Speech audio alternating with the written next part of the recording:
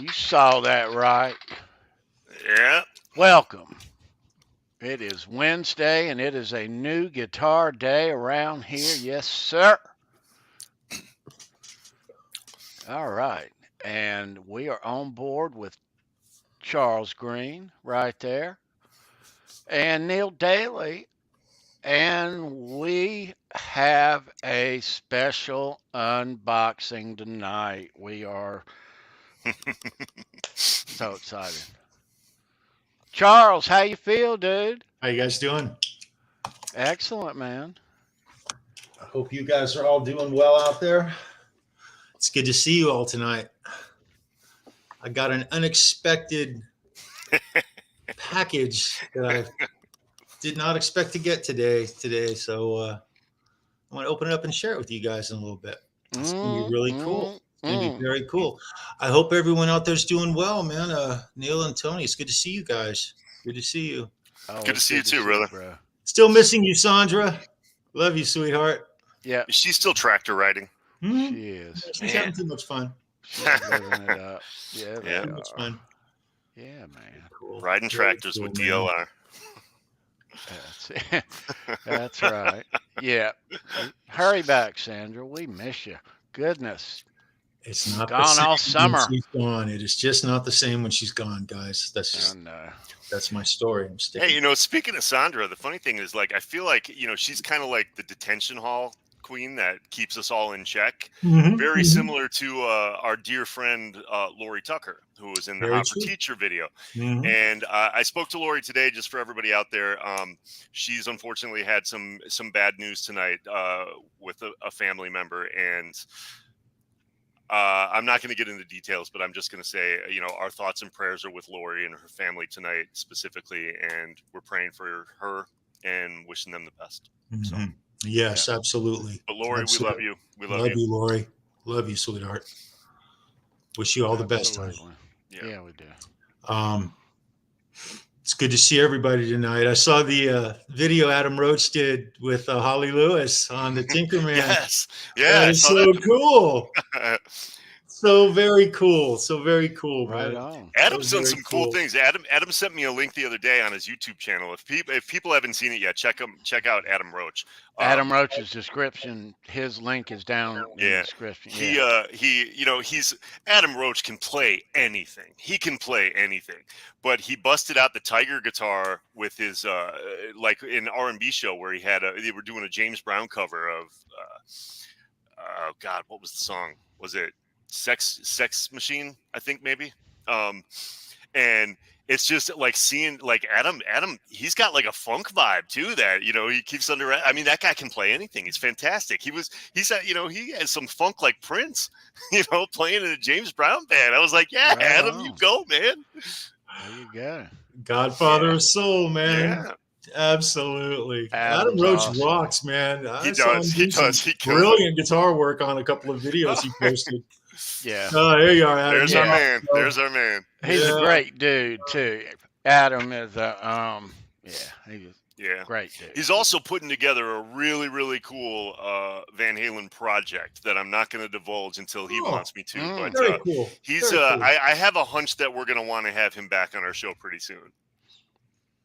Yeah, we're going to want to do that. Adam's podcast is awesome, and he interviews some really yes, he does. Heavy hitters in the rock world. Man, some of my heroes, man. I love Adam's podcast, dude. Yeah. So check him out. We keep his links down below. So Adam Roach, Adam rocks, man. Yeah. Let's go to the chat before we get lost in ourselves tonight. Charles Greene. I got a story to tell you guys. I'm going to tell you a story about going to the dentist. The dentist in Halenville, how could there be a connection? I've already heard this, and it's a great story. Trust me, and all roads. All roads. Yeah. They do. Yes, we're going to start right there. We'll start at home. Hey, Taylor. Hey, Taylor. Hey, sweetheart. All right. Polly Walnuts in the house. Polly, my man. My brother. Right on, man. All right. Edwin Crane is Edwin. here. Charles Edwin. 75 in. Hey, dude. Charles, good to see you. All bro. right, I'm going to scroll up. Christopher Live Sawa and Keith Campbell. Chris, Keith. Right on. Both, Janice Lala is here, Hey, and Janice. Holly Hey, Lewis. sweetheart. Hello, ladies. Hey, Holly. Good to see you, sweetie. Original Paramutant. Hey, bro. Hey, Nice to it's see good you, see dude. brother. Right on. Ryan Hall. Nice. What's up, Adam bro? Roach Adam right is here, and I'm going to scroll up. Let's see.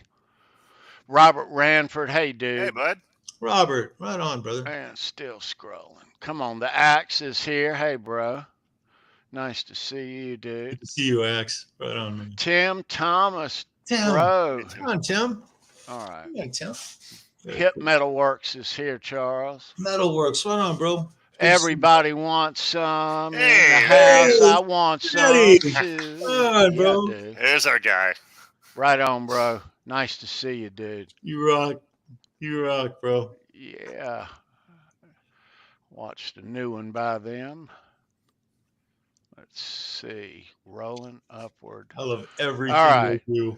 So if you're just popping in or hadn't said hello to you, say hello first. Did we get Dan in New Jersey? Dan, nice to Yep. see Hey, you, bro. And Boomster Blank? There he is. Boomster. Kick Black. your ass. Right on. Black. I'm sorry. Boomster Black. I know. Nice to see you guys. Guitar Man 45, dude. Good to see you, Guitar Man.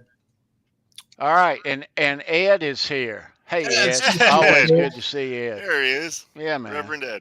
Hey, really All quick, right. I mentioned before, gave a shout out to our friend Lori Tucker. I also, Christopher Live Sawa too. I just want you to know that we're thinking about you tonight. Yeah, Christopher. Absolutely, bro. Saw yeah. that post, man. Yeah, praying for you, brother, and your family. Absolutely. All the best, bro. Yeah. Yep, for sure. Yeah, Chris. Okay. I want to share something with you guys.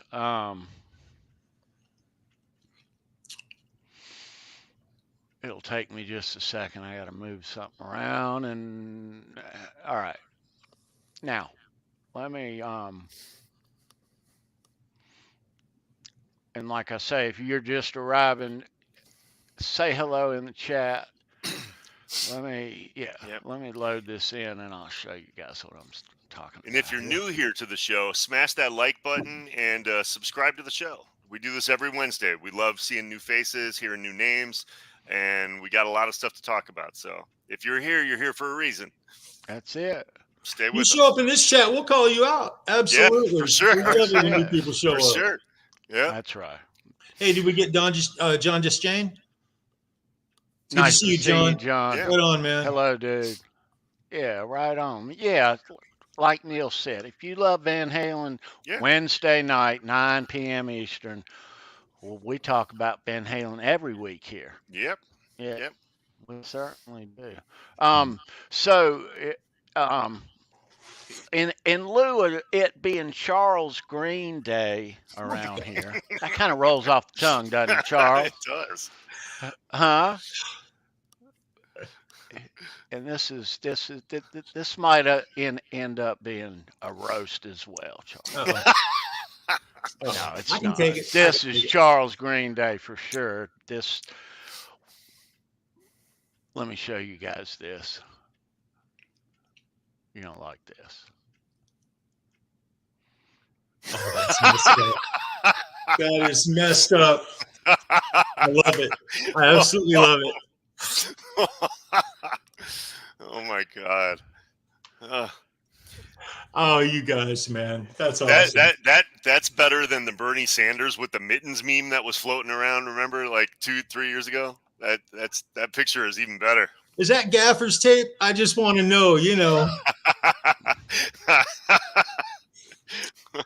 Nice. God, nice. that is so One good. side smooth, Man, I one rock side's that rough, straight baby. jacket. Look at that. That is so good. Look at that.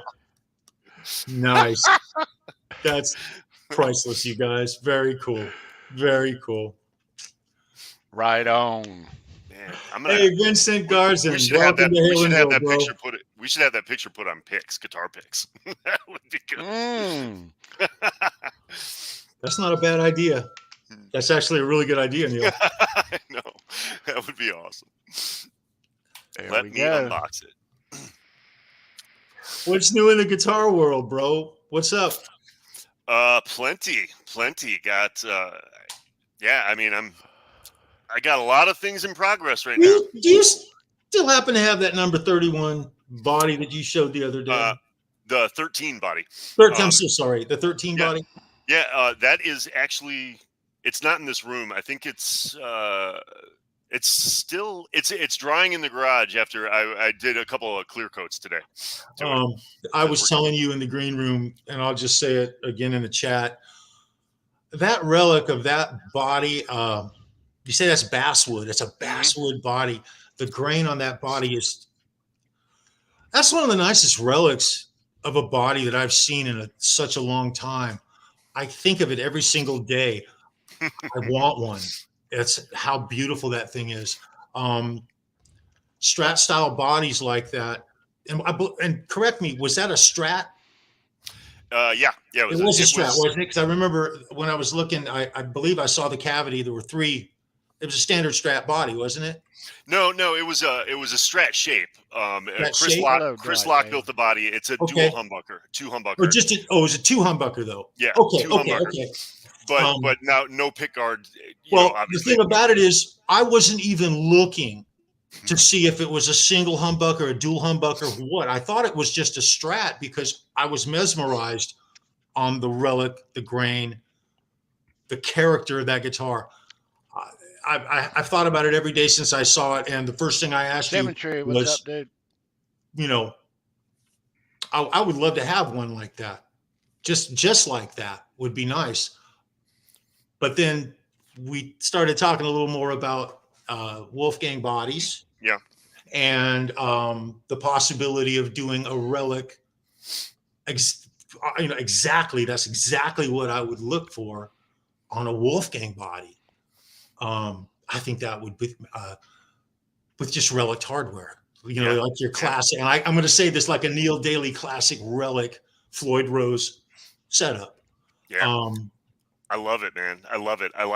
I've said this repeatedly, but I love thinking outside of the box. I love thinking outside of the box and taking something, something that everybody has seen before that visually, it triggers a memory, but make it your own, that kind of thing. I love it. And I've done, a couple of weeks ago, I don't know if I showed this or not, but a couple of weeks ago, I had a black and hot pink striped Bumblebee with a reverse headstock, black hardware, black tuners, black Floyd, hot pink Seymour Duncan. That sounds so cool. Pickup. Oh, it was just killer. John Mancuda would love that guitar, bro. Put a Charvel logo on the reverse headstock, and it just looked. I mean, it just screamed 80s metal. It was like perfect. It was so perfect. Nice. Right on. Yeah, I would love to see a Wolfgang. See you do a Wolfgang style guitar. I'm all in, man. In that particular relic. Yeah. Not necessarily the 13. It wasn't necessarily. I didn't dislike the 13. I kind of liked it. The 13.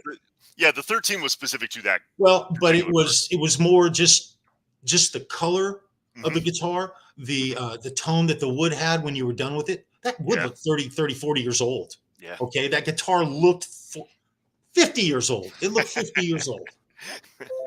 I find that really cool. That's awesome. So cool. You know where I got the bug for relic guitars? I have a bug for them, if you guys haven't noticed. Right. Yeah. I was watching YNT Live one time, and Larry Manichetti, he plays a Les Paul, and he's always had just a shredded Les Paul. He always wears a lot of bracelets, and his Les Pauls were just destroyed. Yeah. And I mean destroyed, like he took a chisel to them. Yeah. And I've just always found that to be so badass. I just think it's the greatest thing, I do too. Well, then, so I'm always noticing relic guitars now, and sometimes I see some and I say, oh, that's nice. But every once in a while, Neil, one pops out, just too cool. Yeah. Yeah, man. There. Yeah, it's kind of funny because my infatuation with relic guitars kind of started purely out of necessity. You know, when I was, 16, 17, up through like my early 20s, and I moved to LA and everything, you know, and I was playing in bands, but I needed multiple guitars. I wanted a backup guitar. I wanted alternate tuning guitars and stuff. So I wanted to have like 3 or 4 guitars for every gig that I played. But I was getting cheap pawn shop guitars. You know, I had no money. I had no, Right. you know, this is when I started tinkering with them. So I would go get either like a Squire Strat or something off the shelf at a pawn shop somewhere, Mhm. and then mod it myself and do Sure. those, you know, kind of Yeah, hot rod it a yeah, little bit. yeah. But all those guitars I got were all nicked up, beat up, scratched, all this other stuff. So that was my thing purely out of necessity, because those were the guitars I could afford. I couldn't go into a Guitar Center and buy a $500 guitar at the time. I was spending $150 on a guitar, and that was Yep. it. Yep. And then, you know, I caught wind of, the Van Halen guitars and started really focusing on, because as a kid, I fell in love with the 5150 and just loved it. But as a kid, never noticed that it was relicked, or I didn't pay attention to the fact that his arm wore off paint, or those kind of things didn't. I just remember the stripe pattern. Then once you start digging into it, and you're like, oh my God. And then all these stories came out with the Paul Unkerts and the George Felices about how Eddie needed them relicked, wanted them relicked, would, you know, take it out back and throw rocks at it and throw sheet metal screws or drag it around the parking lot, all that stuff. Then I was kind of like, okay, I'm not alone. So that's cool. That's cool. So I like relic guitars. I have relic guitars. Now this is a thing that my Guitar Hero does this. Mhm. So I'm like, okay, cool. So when all the other cool cats were playing on the Sunset Strip with the hair metal bands of the 80s, you know, all the, like, look at CC DeVille and Poison. Like he had 50 guitars that were all bright neon colors, and they all look brand spanking new. Yeah. Good for him, but that wasn't my style. You know, Yeah. I wanted something to look like it was, you know, just dragged through the mud. Yeah. Yeah. Mhm. There's My an audio is okay, guys. Oh yeah, you're loud and clear. I lost internet there for a second. Don't know what happened. All right, cool. Yeah, you're strong and loud and clear, brother. Yeah. Yeah, it's there's an art to making them look naturally worn. Mm-hmm. You know, There is. you don't just throw a box of nails at it a few times and call it relic. There's Yeah, you, I you know. know, on the one that you did for me, I on the show, just, you know, this was a month back or whatever, a few weeks back. Yep. You'd showed me the back of the guitar, and I wanted to see a little more relicking on it, and I asked, and you were like, yeah. Dude, the photo you sent me, I've seen photos of everything. Talking to the chat right now, I've seen photos, you guys, of everything along the way. Just total transparency, and it's just a wonderful build story.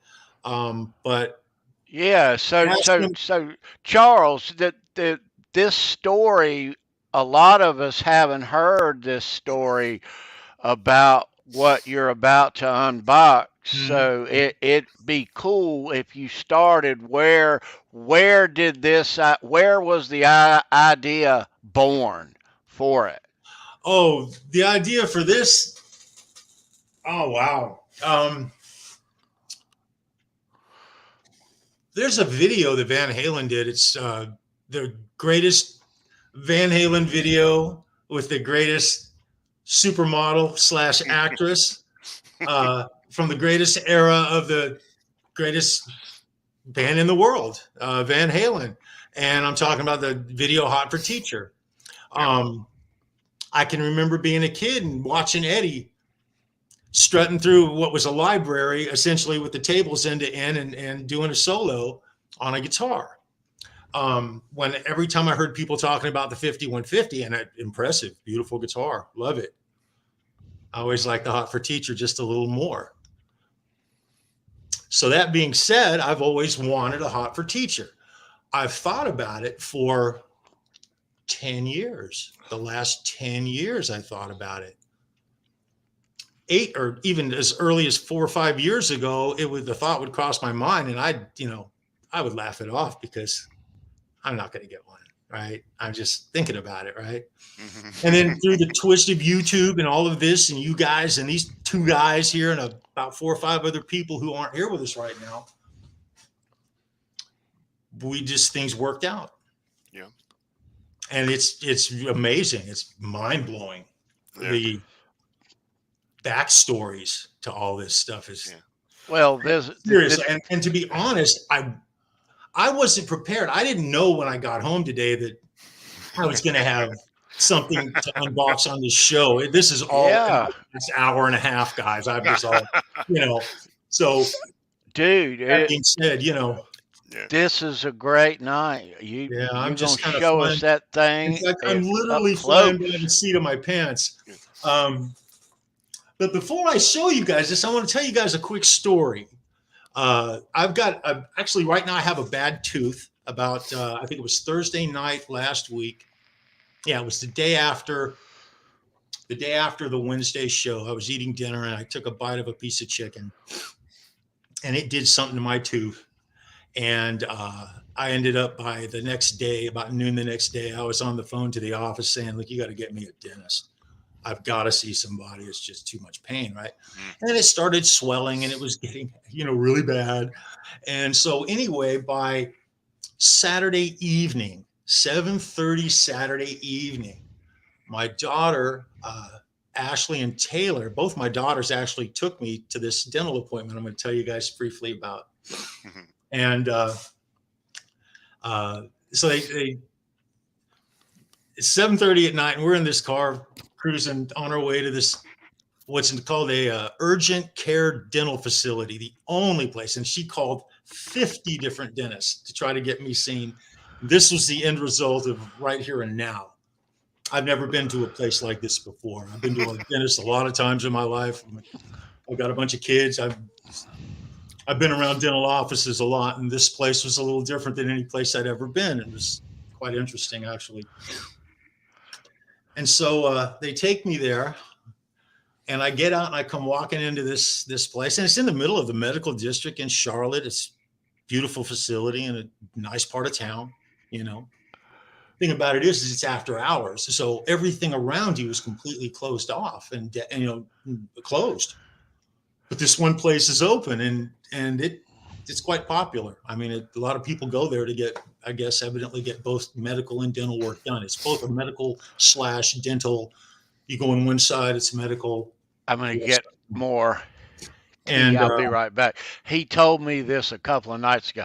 It starts off but I'll be right back. All roads.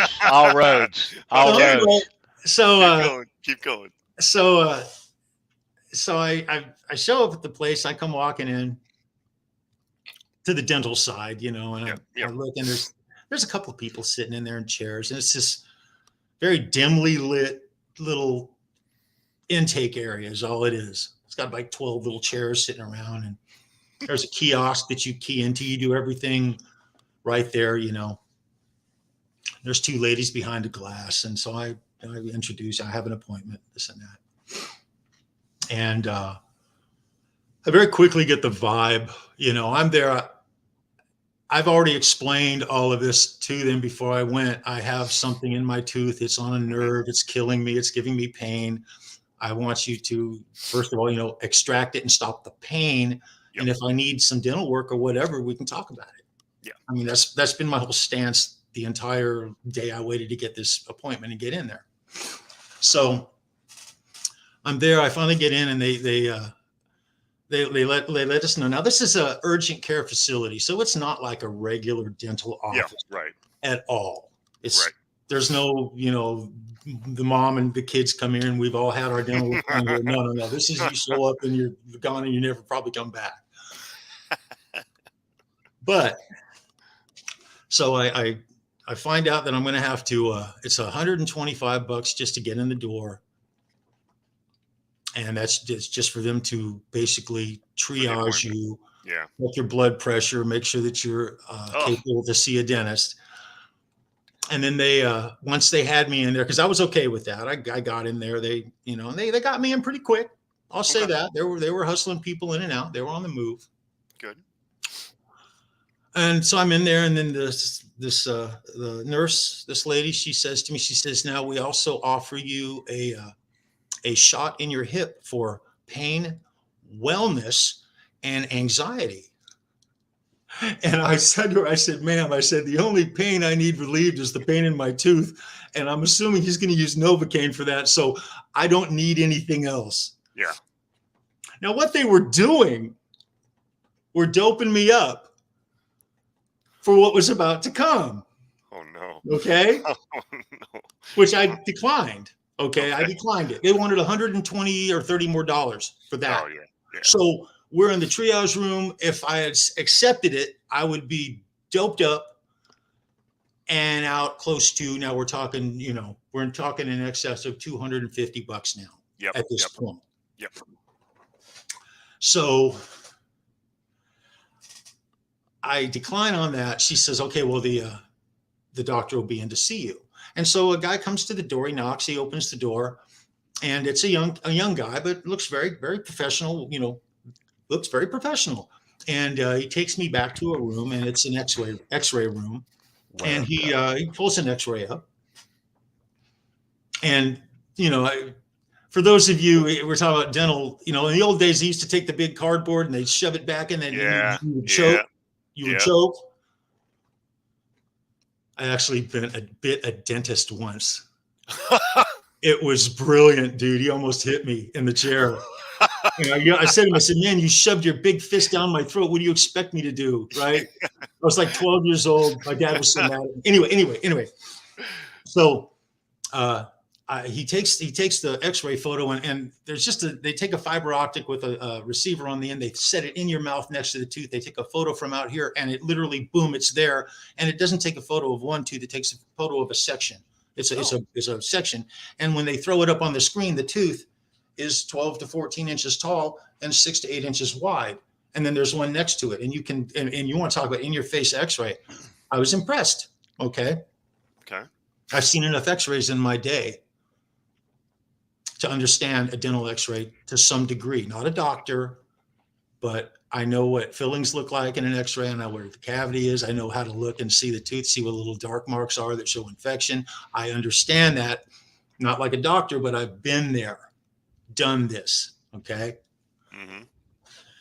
He starts right off the bat, he lies to me and tells me the tooth is dead and it's got to be extracted within 10 seconds of posting it up there. And I'm, at that point, red flag number one goes up. I said, you don't think I can save that tooth?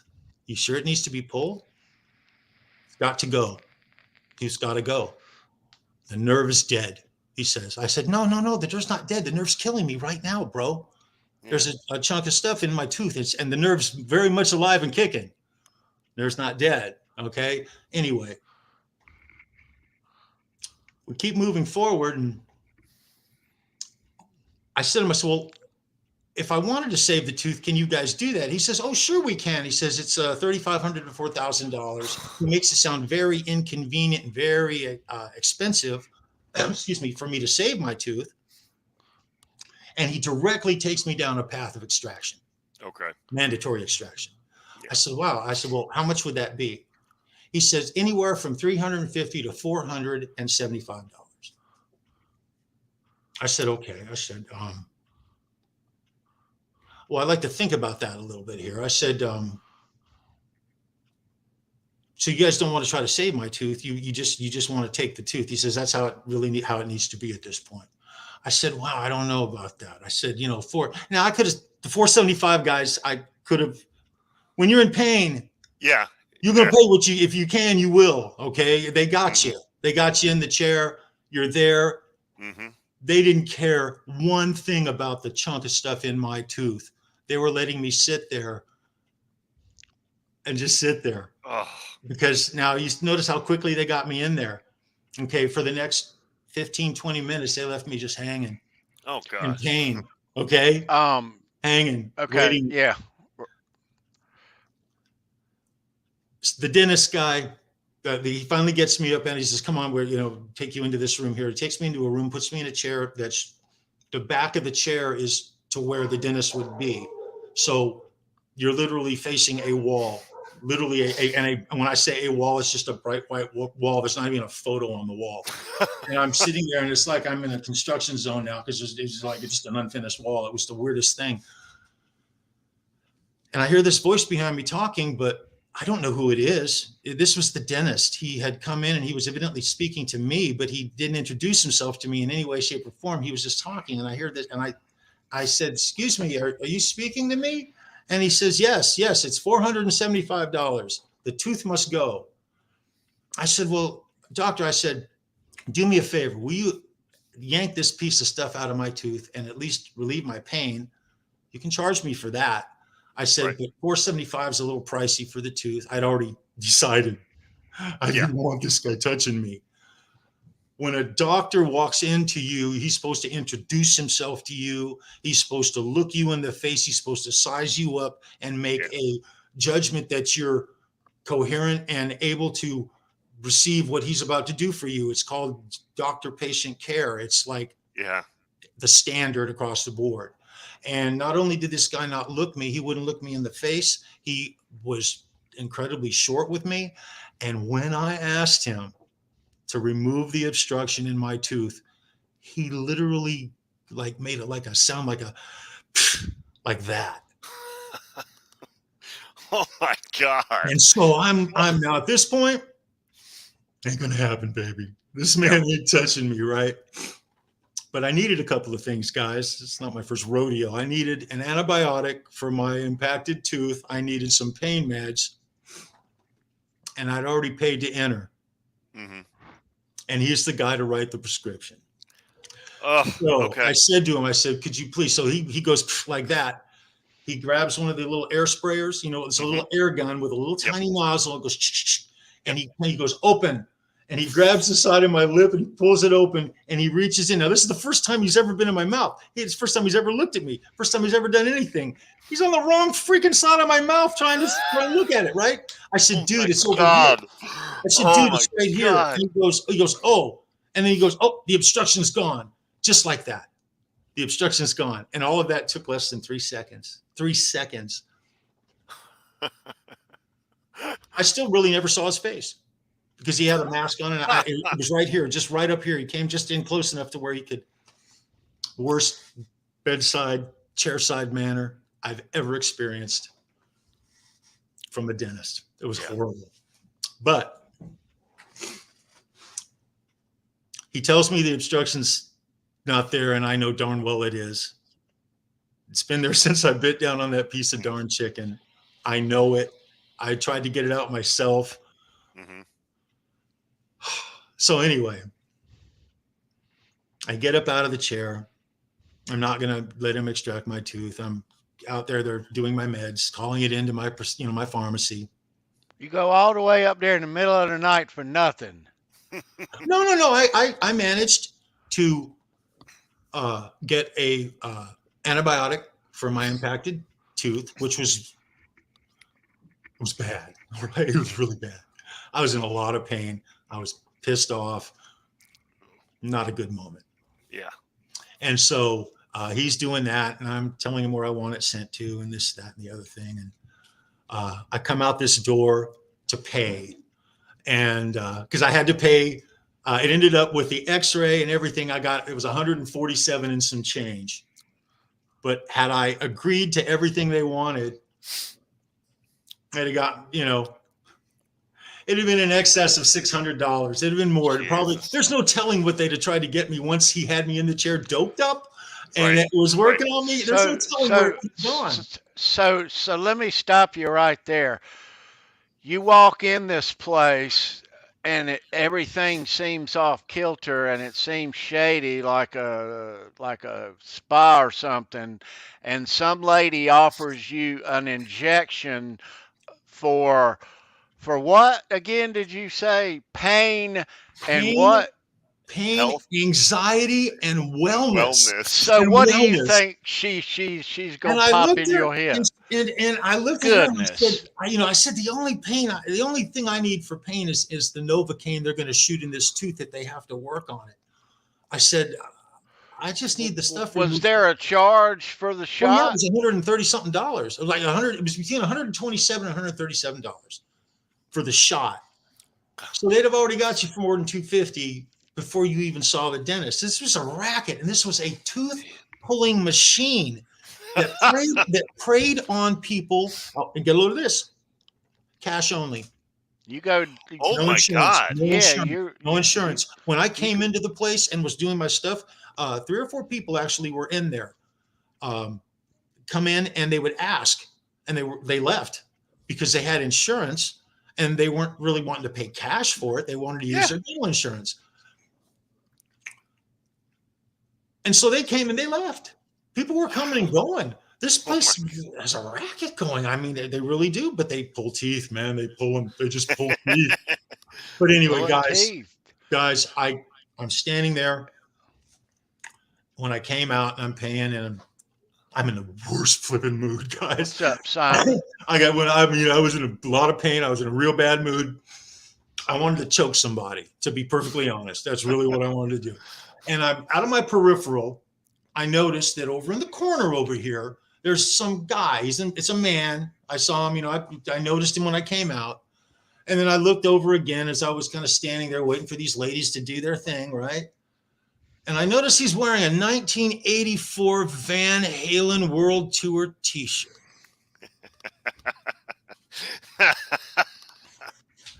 And I look over once and I come back and I look over again to make sure. I got to give it a double take because all roads, they happen, right?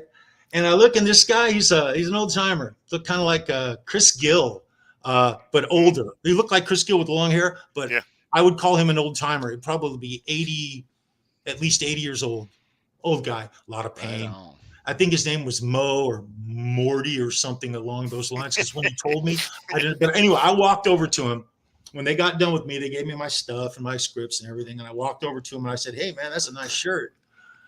And he goes, "Thanks, Sonny," or son or Sonny or something like that. He called me and he was mumbling. I really couldn't understand him too bad. I said, "Man," I said, I love that shirt, man. That's an awesome. It looked vintage.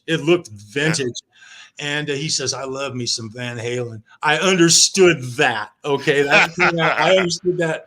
I said, "Yeah, I do too, man." I said, "Dude," I said, I do a YouTube show with a guy named Fruitcake Tony and some friends. And I said, "You should check it out. It's called Halenville Live." Hey, Ryan. And he looked up at me and he says, "I don't really do YouTube," kind of a thing is what he was mumbling. I said, but I said, "Dude," I said, "Man, I love that shirt, bro." I said, "Let me ask you something." I said,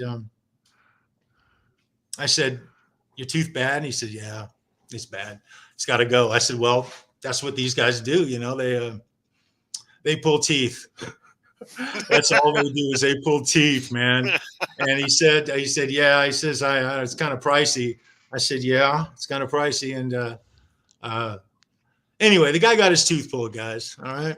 So, that's how we roll in Halenville. And I get myself out to the car and I sit down and my daughters are sitting in the front seats and I crawl into the back and I'm still in pain, man. I'm just in pain. I'm miserable. And within about 2 minutes, I'm sitting there and I'm going like kind of like you're sucking on the bad spot kind of thing you do. Yep. The piece of food comes out into my mouth and I'm like, "No way." And immediately things start feeling a whole lot better. I mean, a whole lot better. And I'm like, whoa, and then I had to wait till the next morning to fill my prescriptions. Okay. So this place didn't even give me any meds for the pain. I got zero for anything out of them when I was there. But I got to meet the Van Halen guy, which made it worthwhile. And Mo, if you happen, or Mo, or whatever your name was, bro, if you see this, rock on, brother. And anyway, yeah, that's all roads lead to Van Halen, guys, even at a crummy tooth. Even in downtown Charlotte in the middle of the night. That's right. And I wait on a Saturday night, man. Goodness. I missed the show because of that. I actually got back here and you guys were you and Brendan were just finishing up. I hope that when that thing came out of your tooth, Charles, that all of a sudden when the pain stopped, you looked around and realized that you were in fact in downtown Charlotte in the middle of the night.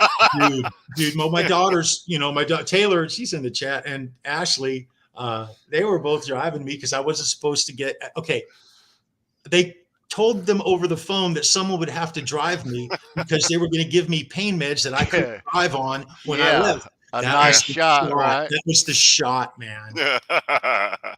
So anyway, excellent, right? Right? That is awesome. Yeah. Yeah. Anyway, my tooth's getting better. I've been doing the antibiotics, and I may or may, I don't know just yet. I'm going to go see a dentist here, and he's going to tell me what I got to do with my teeth, and that's how it goes. But hey, beware out there, guys.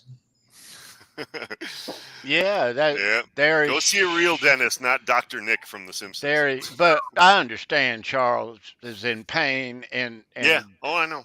on the weekend at a nighttime hour. So That's tough sledding, man. Yeah, dude. But nah, I'm glad that Yeah.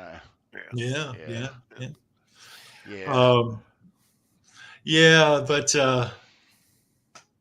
yeah, all roads, Holly Lewis, right? Holly, we love you, sweetheart. Hey, Tony, you brought up the comment a little bit ago. My brother was talking about his tooth pain and everything. Ryan, if you're still in the chat, I just want you to know I got the T-shirt that you sent me, the vintage T-shirt you sent me, and it's killer. I'm so excited. Awesome. Right on. That is awesome. Nice to see you, Ryan, dude. Right on, brother. Good to see you, Ryan. Yeah. Absolutely. Right on. So Charles, this new guitar day of yours, my brother, is got some fantastic the story. I'm gonna shut up. The story behind this particular build, dude. Keep going, dude. Yeah. Keep going. Well, so I I was telling you guys, I've always, my favorite video, Hot for Teacher video, is the absolutely, you guys have heard me, I'm a Roth era guy, you guys know that. It's the single pinnacle of the Van Halen era that I love so much, period. But back in 81, I guess it would have been, no, I'm going to say the end of 80. The exact month kind of loses me right at this moment, because I to be perfectly honest, I didn't know I was going to have this conversation with you guys until about an hour ago. But I actually ran into this lovely lady named Lori Tucker at the Whiskey A Go-Go with her brother. And this was a few years before she, started being known for videos and getting involved in that. But she had just gotten back from Paris, going to modeling school, and their modeling school involved going all over Europe and modeling. That's what the modeling school was. And I got to see her and her brother tell me about it. And so where she's on the show one time and she's telling this story, and I've just, blew me away, guys, just blew me away. But the fortunate thing that's occurred out of all of this and YouTube and everything is I've got to meet back up with people that I never, ever, ever would have got to, ever see or know, So when Neil built me this guitar, I was actually, I think I was on Messenger with Simon Hosford on the afternoon, just before I messaged Neil. And Simon said to me, he said, and we were talking, I think we were actually talking about Lori and the 80s, the early 80s. I believe if Simon hears this, I believe that's what we were talking about. And so he said, she said, Charles, you should see if Neil can get Lori to sign the headstock of your build. And I said, bro, I'm already on it. I was like one day ahead of that. Brilliant idea, Simon. Brilliant idea. So where would you want her to sign it at? Out where everyone can see it, or clear coat, or what? Well, to be honest, I at first I didn't really know. I thought, maybe the back of the body or somewhere or something or what. I didn't really know. But it was a great idea, right? So I contacted Neil and ran it by Neil. And I said, you want me to call Lori? He was, no. He says, let me do it. I'll take care of it. I said, great. See, that's how a good guitar builder rolls, guys, by the way. All right. Took care of everything. That's it. I literally have not seen it. I'm going to unbox it. He sent the neck to her. He asked her to sign it, and she sent it back. Yeah. So I have I got a great guitar right here. You know, if I can jump in for 1 second too, I just want, here's what the people in the chat haven't realized, because we've been keeping this on the down low for a long time, but Charles has been very stealthy about researching what he wanted for this particular guitar, going back to the Frankenstrat, the 5150 round table that we had, all these things. When you see Charles asking questions about body types and pickups and wood and all this stuff like that, he's doing his own recon. And then after all those shows, we would be in contact the next day and say, okay, so I think this is what I want to do, and I think this is what all this stuff. So he's like, and again, everybody knows the way I work and the way I work with my people, and it's a collaborative process. It's never just me. I want to do it that way. But it was just a lot of fun, because Charles had this like little kid enthusiasm, this like Christmas morning kind of giddiness about every decision that he made, that, okay, I think I'm ready to do this now, and that's what I want, and this is what I want to do, and all this stuff. And then the capper on the whole thing was Charles and I have talked about this ad nauseum, that how much he loves relic guitars, and that was the thing. And so when we talked about the Hot for Teacher, there's some of the other people's builds that we've seen out there. Not many of them are relic. Most of them look relatively new, if not, the way they look in photos when Eddie played it. Yep. That's right. You guys keep going. I'm going to take myself out and make you guys full screen. Keep telling this story. This is incredible. So as we discussed this, Charles kept saying, I want to go hard. I want to go hard with it. So there's a video circulating on YouTube about when the Hot for Teacher guitar was being, I think, up for auction. There was a quick 3-minute video of the auction house, I think, that was showcasing it, and they were doing photos of it, and they had somebody come and play it and testify that it's the original one. And it is now like severely relicked and aged. It is really beat up. There's a lot of wood showing, a lot of spots. And so when I talked to Charles about this, I said, now let's, just to be clear, most people are under the belief that the relicking happened after it left Eddie's hands. Are you okay with that? And Charles, to his credit, said to me, every time I ever approached the subject, he was like, beat the hell out of it, drag it behind your car. That was the thing. So a couple weeks ago, or 2 weeks ago, I think I even showed, as Charles alluded to, I showed him the body as it was. And he said he was like, I think I'd like a little bit more in the back. And I'm like, okay, we'll keep going. No, this is the thing, guys. I've seen the photos, and before I asked him to, add more relic. Mm-hmm. And the after I asked him to add more relic, it's like night and day. He didn't just add a little more relic. He didn't relic the shit out of it. Literally he said, all right, there you go. And it's beautiful. I've seen the photo. I haven't seen the real thing yet, but yeah. So the last thing I'm going to say, then, going back to Lori Tucker, and again, Lori, whenever you get a chance to see this, yes. Lori wanted to be here tonight. She wanted to surprise us all and pop in and see you open the guitar and talk about it and stuff. Yeah. She couldn't be here, and we're thinking about you, Lori. We love you, but she really wanted to be here. But it was such a fun conversation. So I reached out to Lori and said, hey, this is what we're doing. Charles and I have discussed this, and he would like to have you sign it. And she was like, oh my God, I'm flattered. She said, really? Like, you really want me to sign it? I said, absolutely. Absolutely. That's what we want. This will be special, and this will be a one of a kind. Yeah, absolutely. Nice. A one of a kind. There's nobody else on the planet that has this. So she said, okay, what do you want me to do? And so I talked to her about it. We discussed where we think it should go. She was like, I don't know what to say. And I was like, you can say whatever you want. Just make sure, don't write under the tuners and stuff like that. But so she was like, okay, I think I know what I'm going to say. And so she showed me what she was going to do. And I said, that's it. Make it fit.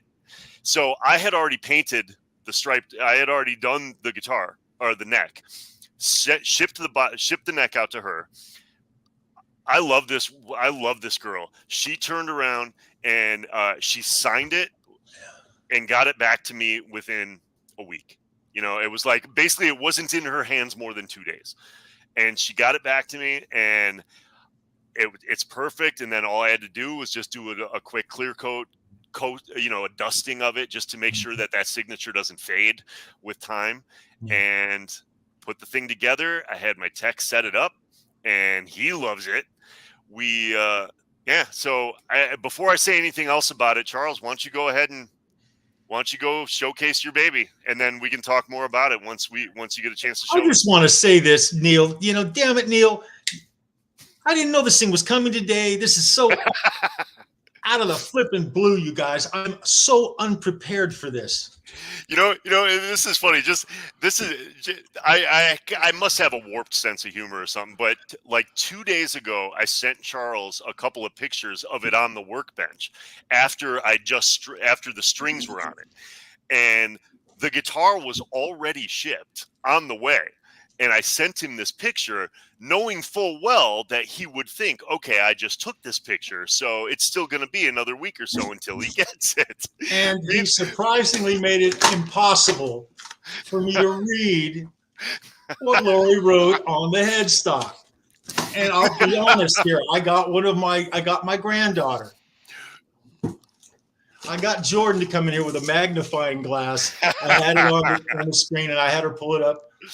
Oh, you've already peeked at it. No, I couldn't. Nobody couldn't see it. He couldn't read tell. it. Okay. He couldn't tell. And the photo I sent had the headstock at the far end. It was almost. And it was at an angle I couldn't read. I'll say this, and Adam and Simon, you guys know he packs a pretty good box here. You guys, he really does. Good Lord, man. Nice, Neil. Nice, Neil.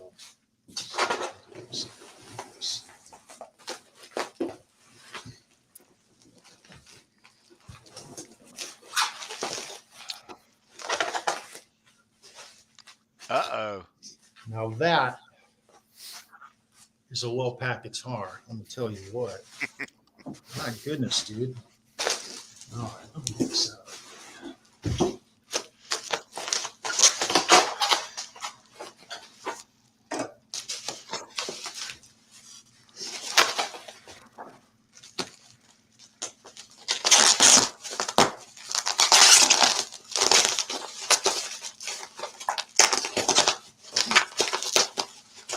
Watch that knife. Yeah. The secret to using one of these, you take your fingertips and put them near the blade so you're only cutting a certain amount. Oh, dear Lord. That also keeps you from slicing your fingers wide open, things like that. It's too close. Just the little things in life, you guys. Hey, you know, since you're on antibiotics now, why don't you just tear it open with your teeth? You had to go there, didn't you? By the way, next time I get you on a show, Neil, I'm going to have some thoughts about your book. Oh, okay? no. I have some thoughts. We're going to go deep, brother. Oh, Neil, dude. Okay, I got the body. Oh, Lord. Look, you packed this thing really well, dude. I'll tell you what. When it's done, let me know, Charles. I'll give you a drum roll, brother. I will do, Tony.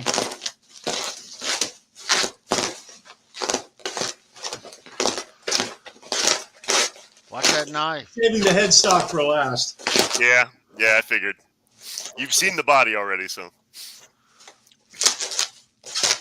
That looks better up in person. It really does. The pictures you send never, ever are as they don't ever really do the justice they should. You think they would, guys, but they don't. There's something about seeing the work up close and personal.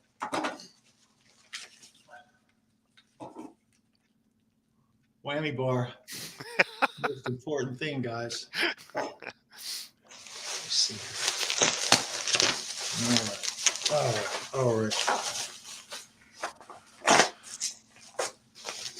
All right, we're working on the neck now. Uh-oh, we're getting close.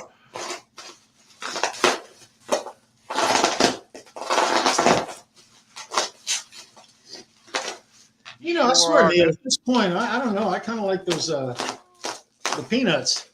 You're doing a lot of cutting there, Charles. You pack this thing 2.5 to 3 inches thick with large, heavy grade bubble wrap. He knows what he's You doing. could bounce the guitar off a wall. You could take the thing and throw it and bounce it off a wall. Yes, Pick it up. sir. Well, it's a Strat. You can pick it up and play it then. So, you know. You'll get into it.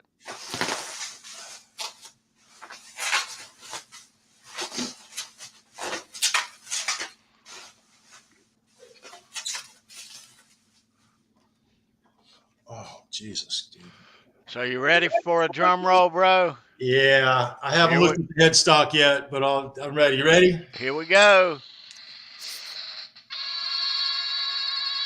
Oh, shit. All right. Oh, look at that, man.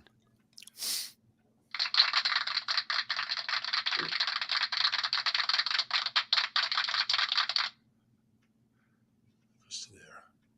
Oh, yeah. One of these. Okay. Rollicking. Look at the rollicking. Slowly, slowly. Oh, look. Look at the rollicking. Nice. Oh, Neil, dude. I really, really like this. There you go. Keep going. Slowly. All right. Nice. Yeah, show us the back of the body. Look at the extra rollicking he did for me. You see it? Right on. Look at that. Oh, yeah. Neil, that's beautiful, bro. Screenshot. Hold it there. Thank you so much. Right on. And now for the big reveal. Oh, here we go.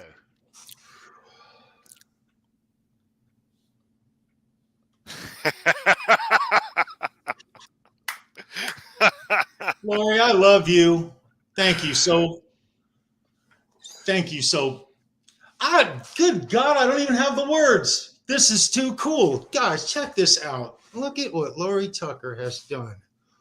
Look at this. Lori Tucker, detention teacher, HFT. She's the greatest detention teacher in the world, man. Hold it I don't know right if you there, guys Charles. remember her best Hold it scene. right there. Her best scene that always comes to mind. And I'm trying to, it's okay. So they're in detention. And one of the little Van Halens, I can't remember if it's I think it's the little Mike. I think it is. She's at the bars and she gives this nasty look into the camera. And you can see little Mike come running up behind her. And she just shoves him down to the ground. Oh, that's my favorite scene of the whole flipping video, just about. Hold that up again. Lori Tucker, I want to thank you from the absolute bottom of my heart. I'll in a couple of days from now we'll talk. That looks good, I want you to know I appreciate this. Right on, Neil. The words, I don't even have the words. Awesome. I Dude, am absolutely blessed to have this. I'll keep it forever. You know, and I mentioned this before too, but I'm going to just remind everybody that like Lori she was shocked that someone would even I can't imagine why, but she was like, really? He wants my signature on it? Like, she was so gracious and so appreciative that we even asked. I thought we'd have to, pull some strings to get her to do it, or we'd have to beg and plead. And I didn't know like how it was going to work. And and she graciously was like, absolutely, I'll do it immediately. And she got that thing back to me so freaking fast. If your screen starts melting, it's Guys, because of what's happening over here. So I really honestly have wanted this particular guitar forever. Thought about it real seriously for the last several years, and then only in the last, several months of all this YouTube and getting people knowing each other and friendships. That's what this is. And it's all because of the positive side of YouTube. Mm-hmm. All right. Neil, dude, thank you. My pleasure. I've already checked all the action out on it. It's quite low. I'm not going to say I'm going to reset it up right away. I'm going to play the hell out of it like it is. Well, first of all, as with all builds, obviously now it's yours to take it to task. Do it. I think I raised the bridge up a couple of millimeters just because some people's playing styles they don't want to flush mount because they want to be able to pull up on the whammy bar a little bit. So that completely now is up to you. Like you're free to tweak it, make it, set it how you want it. But it'll get locked down. I'm not a floating trim kind of guy. Cool. I like it fully locked down and stable. But what you have here is absolutely spot on. This is spot on, dude. I'm so lucky. I know you, Neil. I'm lucky I know all you guys. This is the best community by far. The best group of people I've ever been involved with. You guys all rock. This whole community is just, the love you guys share with each other is just priceless. It's priceless. Amen to that. And this is the kind of stuff that comes from this community. It's just, God, man, this is fantastic. Fantastic. Thank you, Neil. And Lori, thank you so very much. Thank you, Lori. I'll be in touch. I'll be in touch with you, Lori. We'll talk. Thank you very much. Yeah, my pleasure, brother. My pleasure, 100%. Like seeing you right now is exactly why I do what I do. Exactly. This is overwhelming, you guys. It really is. The thing about this guitar is from the Floyd to the nut. It's perfect. It's absolute perfection. And then everything else is real. It's absolutely real. It's just as organic. I wish you guys could feel this. It's just lumpy, bumpy. This is really nice. Hold it up close. This is really, really nice. This is really beautiful relic work, guys. Oh, wow. Check that out. It's beautiful. Absolutely cool. Yeah. This was a fun one. This was absolutely a fun one. And it was fun. It was fun giving you progress updates. It was fun showing you having you be a part of the process as we go. It was fun. It was fun when I'm like sending you a picture and you're like, no, go farther, go far. Like those moments, it was a true collaborative process. And this time we had 3 people involved. So I love the way that you get the finish. You don't gloss things up. No. I don't like it that way. I don't like things to look like they're coated in a glossy coat. Sometimes it's wonderful, especially if you're trying to accentuate a color, make something pop, Mm-hmm. But for this is very matte finish. There's not a lot of reflection off of it. And what you actually see when you look at it is you just see distressed wood. You see just real wood. Chris Locke. Dude. This is so cool, man. Now I know why everybody's tripping. I see why everybody loves your stuff, man. This isn't the last builds Neil's going to do for me. This is an ongoing thing that we're doing, and I can't wait to let him build me something else. We'll figure something else that's cool. I have another guitar in mind in the future. Nothing immediately. I'm going to play this thing for a long time. But this is really nice. And this is a really good tool right here. When I said I wanted you to build me something that you built, the same thing that you would build for Simon Hosford or Adam Roach, you actually did that straight up. And that's really cool. Simon, I see you. Dude, I'm going to spank the hell out of this guitar, bro. Very nice. Thank you, you guys. I think I speak on behalf of everybody that, hold that up again, Charles. once those strings settle and you kind of, you adjust the bridge and get it to your action, get it to your playing style, we're going to need some video. We're going to need you're going to have to give us a little something, in the next week. We got to see you playing that thing. Yeah. Oh, we'll make it happen, bro. We'll do that. All right. That's fantastic. That's Now the back again, Charles, please. Hey, Ben Tom, I see you in the chat, bro. I love Tommy. you, man. I miss you, Tommy. All right, so there it is, Lori Tucker. That is. Yeah. I cannot believe I'm sitting here with this thing right now. This is really, really blowing my mind. The detention officer from Hot for Freaking Teacher signed my headstock, man.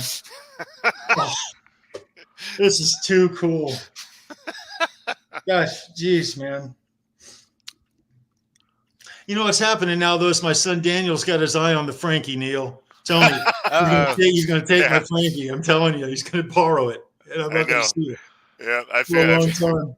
Yeah, he thinks that one just got bumped. He'll take care of it. Yes, he will. Yes, he'll do with it, which is play the heck out of it. God, Neil, this is just beautiful, man. God, this is a beautiful piece of guitar. This is beautiful artwork, Neil. You do good work, my friend. Thank you. I appreciate that. Thank you. You do good work. Good Lord, do you do good work? Yes, he does. And Neil's links are down below, as they always are. You can get up with Neil on your next build. Hell yeah. Yep. For the time being, I'm still on Facebook as possibly Neil Daly, but that looks like that's going to be remedied anytime now. But you can always hit me up on Instagram, Neil Daly Rocks, Facebook, possibly Neil Daly, and you can email me direct, neil@neildaly.com. So, yeah. Wow. Right on.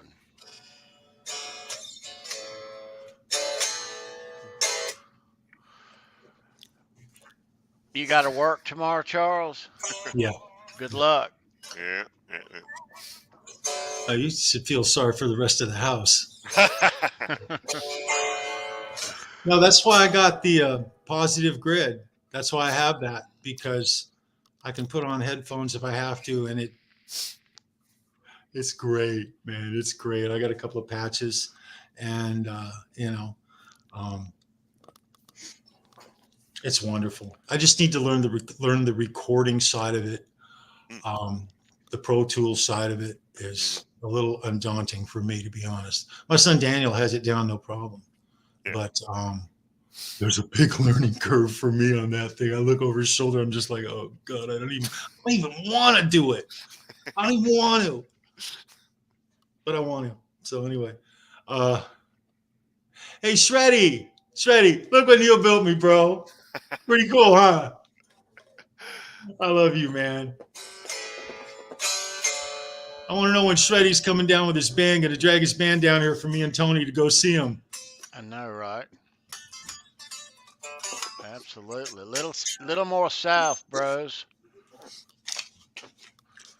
A little more south down the East Coast. What you got in the envelope there, Charles? It's the typical wiggle stick business end paperwork from Neil Daly. I'm thoroughly used to it by now. Very comfortable, actually.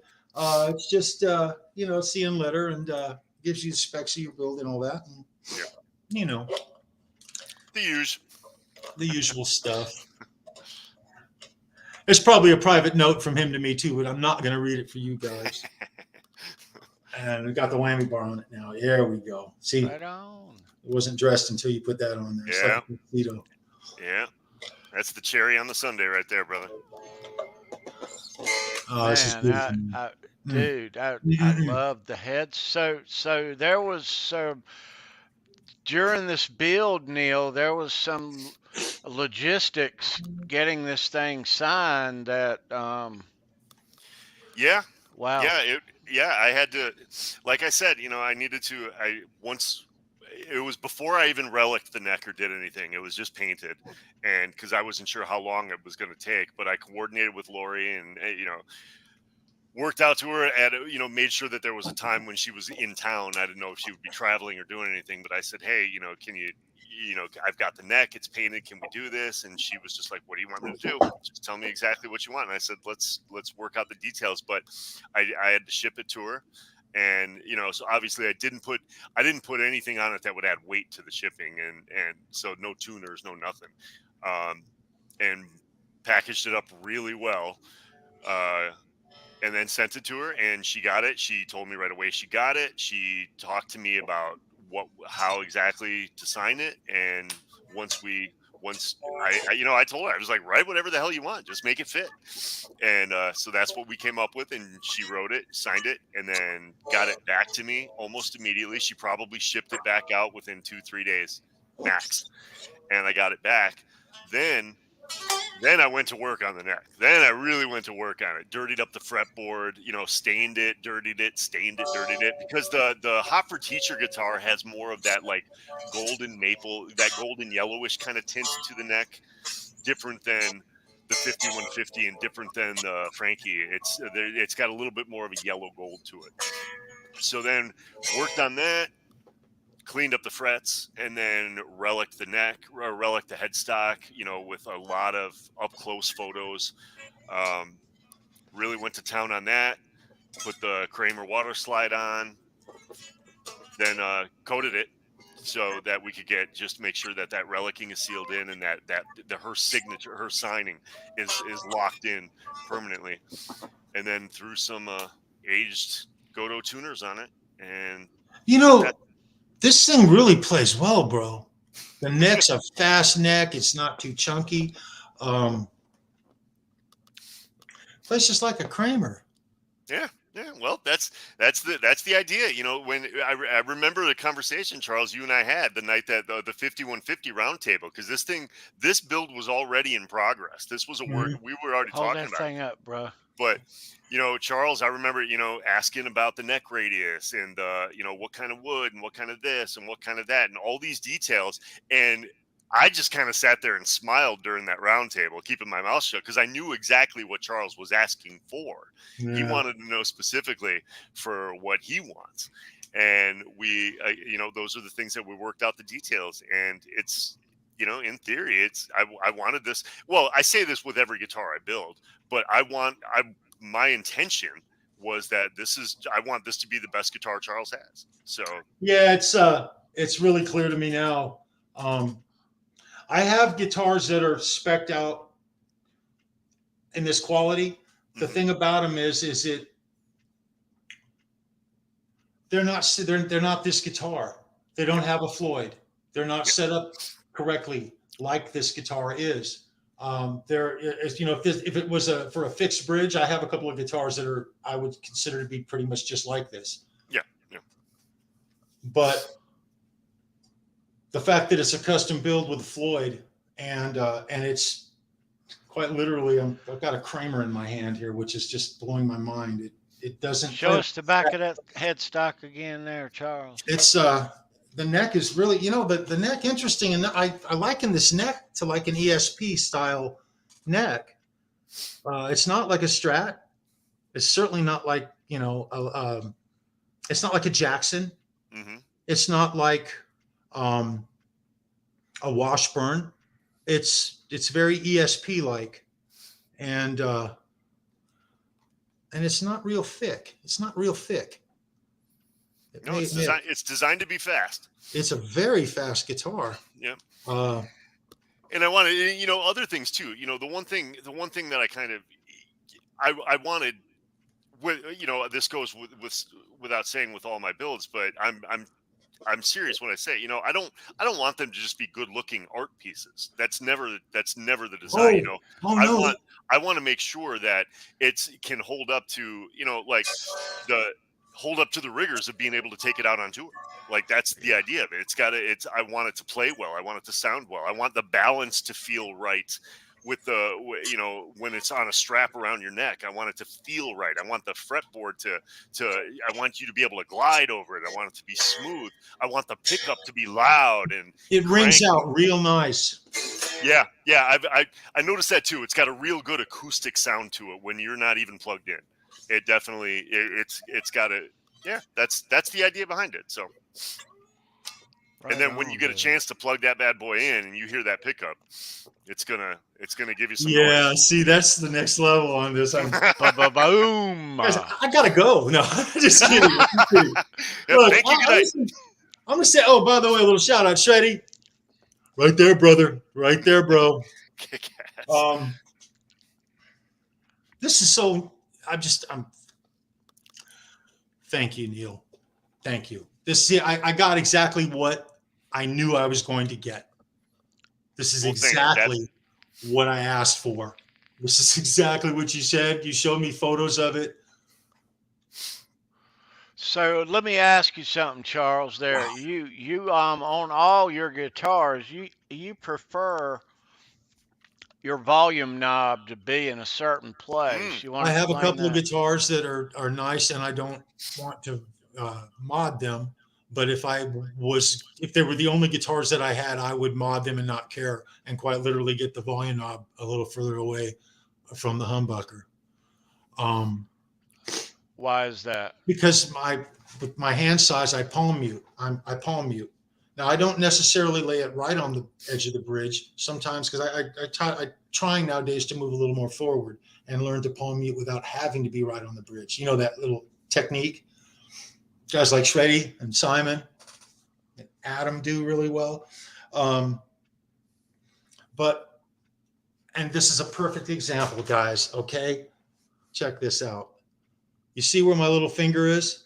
Well, that's where the volume knob it wouldn't be right on top of it. It'd be like right there on it.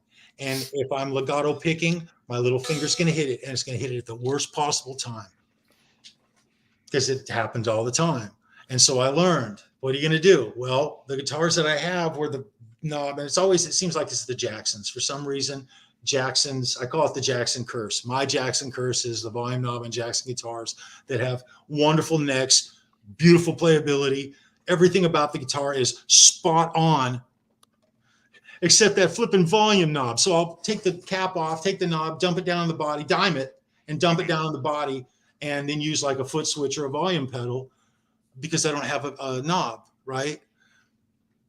But that's lame. It sucks to have to do that. But functionality is more important. That's the whole thing about this guitar. I have a guitar now. It's going to stay in tune. It's going to stay in tune. It's intonated.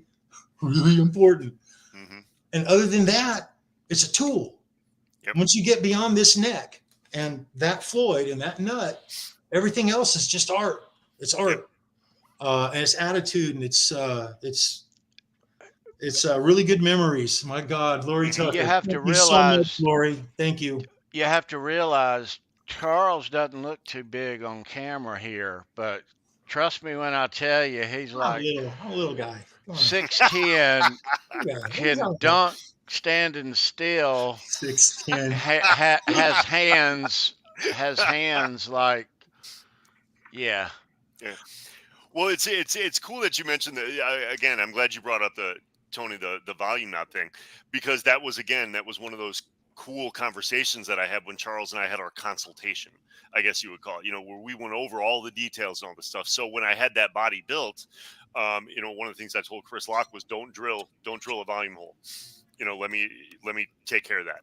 And so when I got that back, and if we, someday if he ever opens up the cavity in the back, you don't need to do it right now. But basically, I went all the way to the lowest possible spot we could do it without having to reroute the cavity. You showed me photographs of it. Yeah. You sent them. I have them. Yeah, but from where I eyed it up, because I was doing another Hot for Teacher for somebody else at the same time, so I kind of lined up where that was, and it's about 3/4 of an inch farther low. So, and that's what he wanted, and it's in the perfect spot. Yeah, right. I have to just reach out just ever so slightly to get my finger on it. So hold that up once more and hold it close, Charles. I just want to see if I can tell.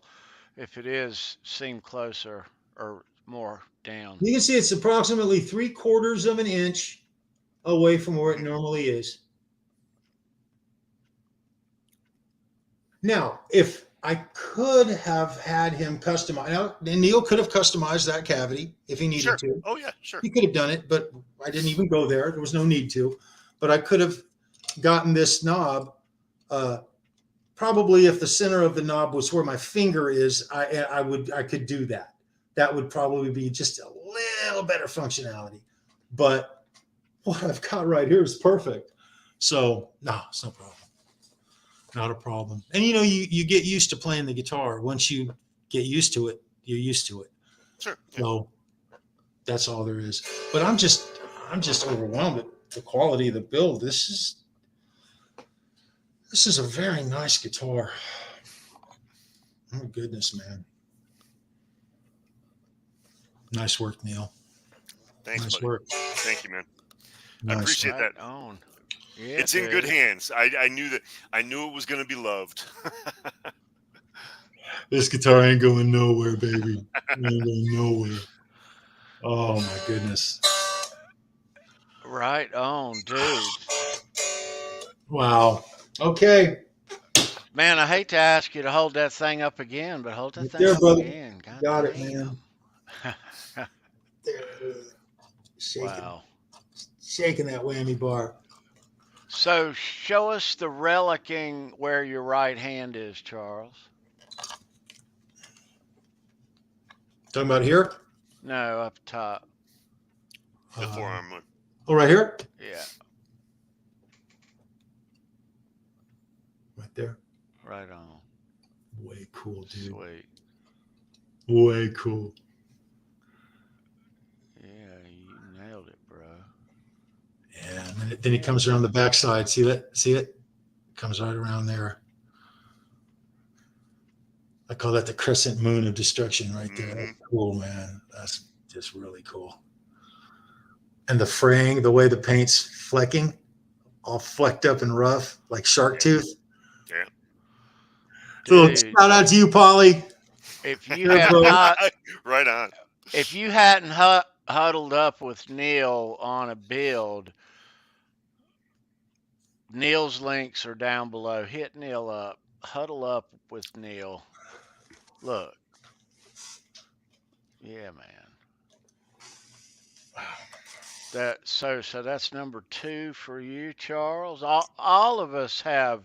We're 2 and at 2. least Me are 2 and 2, one or Tony. two. Yeah, we're 2 and we 2. all have a couple. Still waiting on yours. So Yeah.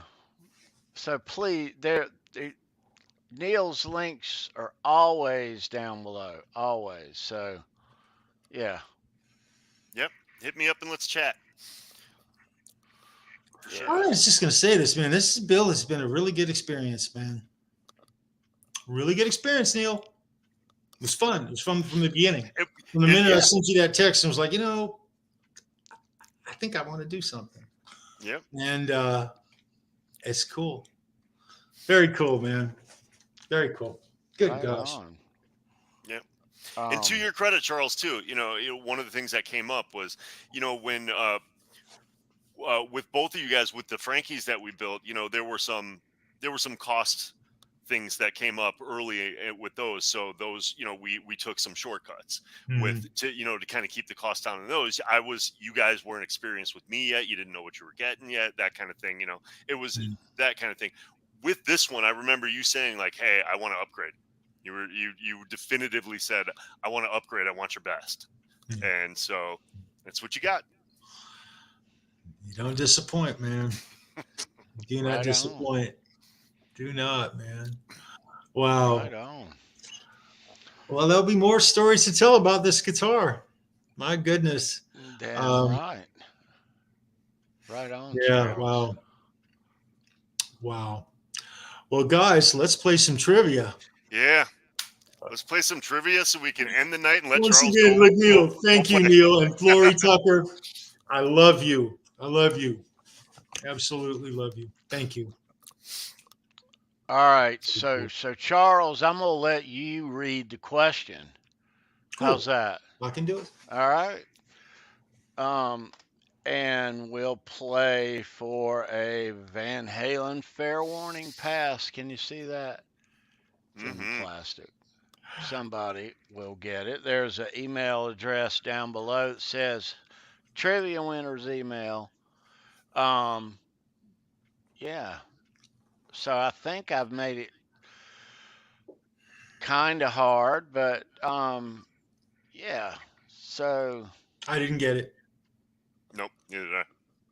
all right, here we go. Van Halen trivia for tonight, August 31st, 2022. I proclaim it Charles Greene night in Halenville. First year.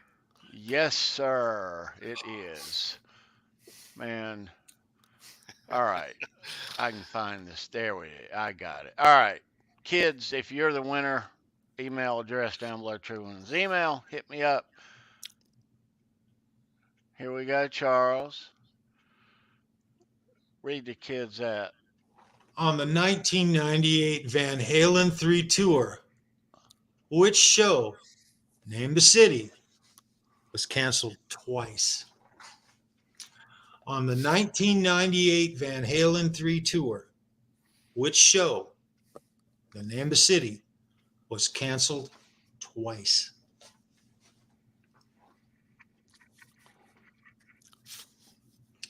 Even Keith Campbell said it's a good question. Yeah, it's a good question. Oh.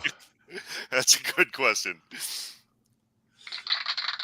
I was not even close. You weren't close. I was in another hemisphere, bro. I wasn't even close. Detroit. I love Detroit.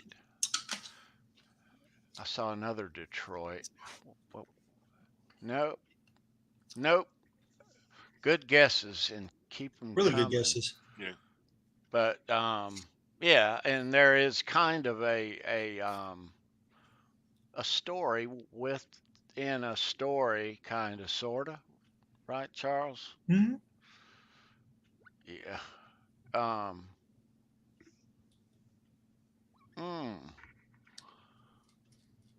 So let me see. I don't want to miss this. I'm looking. I haven't seen. I'm seeing some really good answers. Keep them coming.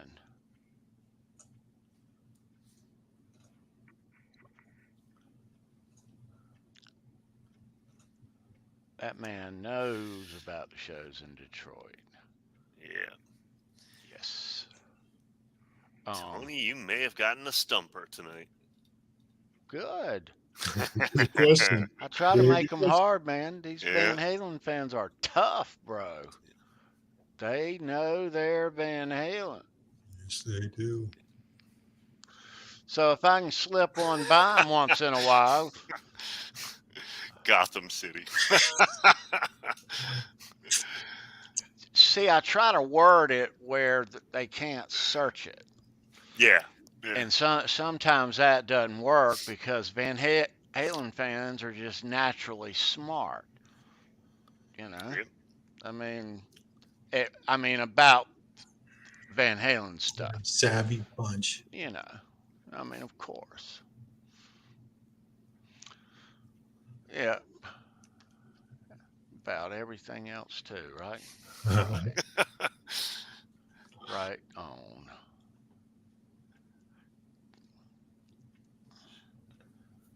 There's some people are getting close. Yeah, there is though kind of a backstory there. So we'll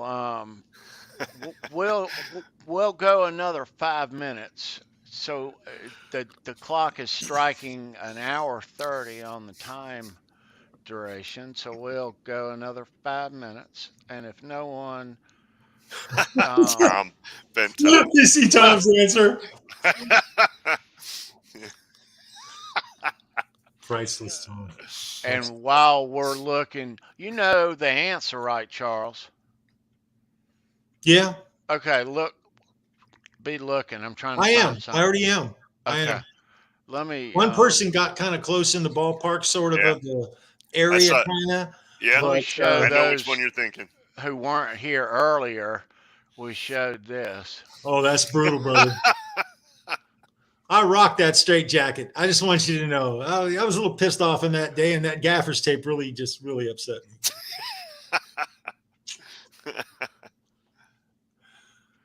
That really would be cool on a guitar pick, wouldn't it? Yes, it would. I want the poster. My goodness. Yeah, right. And thanks to Ed for that. Is that Mr. DeBrill's work? It is. Of course. You rock, Ed. Thank you, bro. Of course. I really appreciate that, man. Thank you. So that's the best guess I've seen all day, man. Right on. Or that. Yeah. Or that. Yeah. But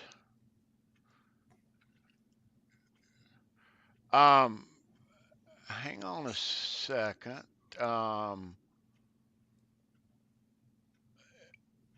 Yeah. Yeah, so people are getting close I'm seeing some that are really getting close. I'm thinking.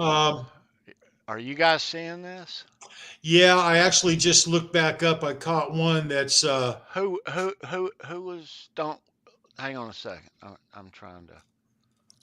I know which one you're talking about. Yeah, I actually when I was scrolling, I missed it. And it's yes, really in the ballpark, as we say. Yep. Yes, yep. Right? Agreed. One of yes. you is yes. One of you is starting to venture into shark-infested waters. Yeah. There's one standout that is very close.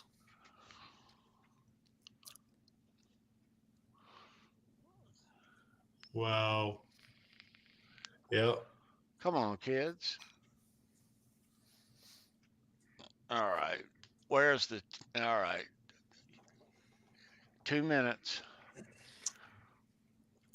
I should point out when Ben Tom said your mom's house, that show was actually only canceled once, not twice. Right. But we have another show to talk about before we end things tonight about a show that got canceled twice, which is kind of why I came up with the question that I did.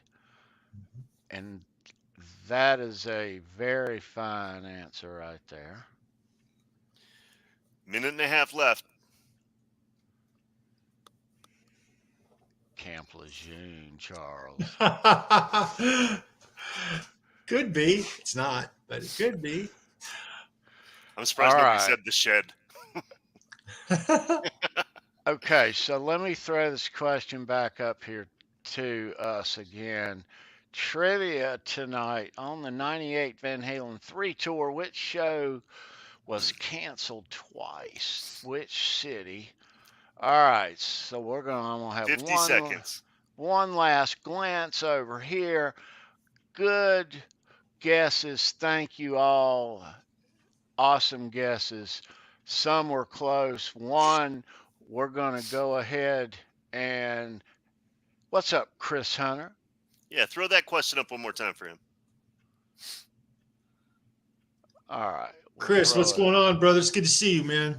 There's the question. I'll read it to you. On the 1998 Van Halen 3 tour, which show, you need to name the city, was canceled twice?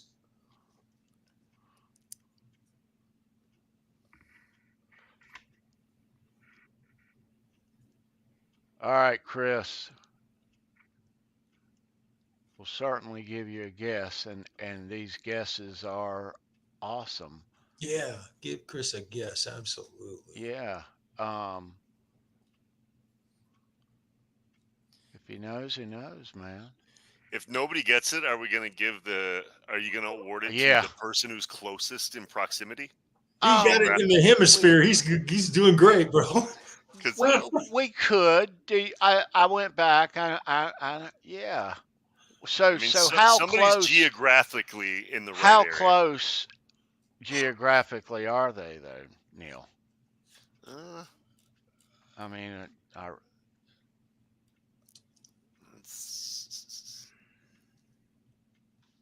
you know. Okay, there's one that's Are we talking really... about in the same hemisphere Yeah, here? the same hemisphere. Okay. All right. It's a really big country. All right. Still no correct, but great answers though. Let's go ahead and we'll pop this up here to them. All right. So, which show got canceled twice on the Van Halen 3 tour? The answer is Roberto Clemente Stadium in San Juan, Puerto Rico, September 20th, the first time because of Hurricane George.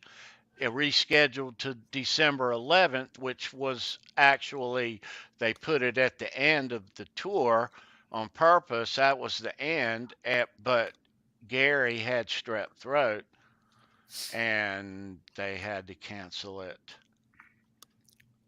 again. So he was in the hemisphere, but yeah. So who was that, Neil? Is it Symmetry? Symmetry. Symmetry. Yeah. Symmetry. They had a couple. They had Bogota, they had Rio, and San Juan. Yep. So, yep. I think geographically speaking, Symmetry's he was closest in the ballpark. Yeah. And he's so cool. I wanted him to win. Okay, well, right on. So we are deeming Symmetry the winner tonight. Very cool. Let me get back over here to the chat. Oh, by the way, Symmetry.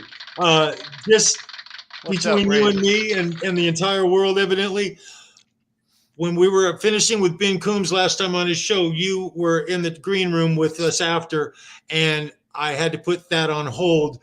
Next time I'm on there, you and me and Ben will get back to that, and I will tell you that story I was going to tell you, bro. I keep thinking about it from time to time, and I just wanted you to know that. And I may as well tell you now, because if I don't tell you now, I'll forget again. Hit me with your address, dude, and I'll mail you out a cool FairWarning pass and some pics and yeah, dude. Right on. Thanks for being here. You rock. Nice rock, bro. Yes, dude. Also, I noticed in the chat, Randy Price just popped in to say hello too. Randy, what's going on, brother? Good to see you. Yeah, hey, Randy. And Adam popped back in. Let's see what he's saying. Just thought I'd jump back in and ask a question. Anyone heard the news on Oriante's song "Light It Up"? I haven't heard that yet, but if so, I haven't heard it yet. Hear what I'm hearing. Sounds like we've got a challenge. We're going to check it out. Right. Okay. Very cool. Very cool. Yeah. She's so accomplished. She's such an awesome guitar player, musician. Oriante rocks, man. I always love when the old video of her and Richie Sambora going into Norman's Ray guitar. I've watched that 4 or 5 times. I love Richie Sambora. I'm a big Sambora fan. I think he's one of the best things that New Jersey ever came out of. And yeah, very cool. He was Bon Jovi. Richie Sambora. I said it. Charles, you and I can agree on this thing. Richie Sambora made it cool for like big guys, big tall guys to play guitar, and you didn't have to be like a 100-pound, 5'5" kid like Randy Rhoads. It was Richie Sambora. I'm a tall guy, so Richie Sambora made it cool. I'm like, okay, cool, I can do this. He's always been one of my favorite guitar players. Total package guitar player. Tim Price did the original solo on Runaway, and it's a perfect solo. It really is. It's a perfect solo. It is a timeless solo. And so Richie had to step up and fill Tim Price's shoes. Okay, that's the reality, right? and he did a real good job. Live, he was it, man. He was He played that solo many times. Yeah, yeah. Hell of a songwriter too, across the board. Let's not forget, some of this. He put music to just about all that stuff and wrote a lot of the lyrics too for some of those Bon Jovi songs. Yeah, he's great. I remember that guy walking out when they were opening. They had an opening slot for Scorpions, and Richie just walking back in his rig, house lights on, people recognizing him kinda, but that was their first opening, and they were nobody. They had that song and that was it. Yeah. It's amazing what a good song. I had the CD though. Yeah. Tim Pierce. What did I say? Say Tim Price? Yeah. Thank you, John. Tim Pierce is who I'm talking about. Tim Pierce, not Tim Price. Thank you, John. See, I need you guys to keep me straight, man. That's cool. Very cool. I appreciate it. Yeah, man. So, Tony, why don't you tell us what was the inspiration behind the trivia question tonight? The Wolfgang has just announced this tour. So let me. They're not coming to North Carolina, Tony. They're not coming to South. They're not coming anywhere real. What's the closest they're going to be to us? Well, let's see. Roberto Clemente Stadium, Sam. It seems that way, though.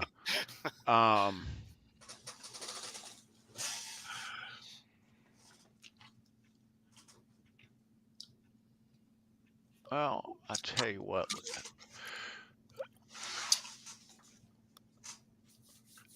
These dates.